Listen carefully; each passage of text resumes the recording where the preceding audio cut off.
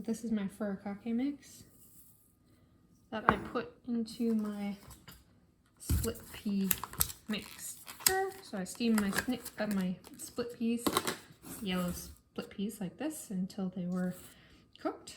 And then I put 1 clove of garlic and a little bit of turmeric in, as well as about 2 tablespoons of the furikake mix to a small portion. So about, I would say, a half a cup of the split premix to 2 tablespoons of the furikake mix, made with bull kelp. So I harvested and roasted the bull kelp, toasted sesame seeds, and green Szechuan peppercorns.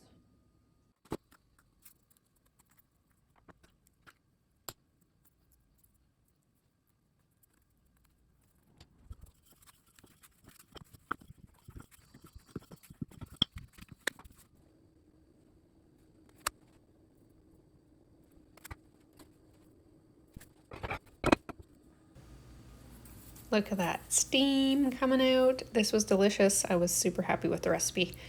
And if you want it, check out my coastal foraging cookbook coming out soon.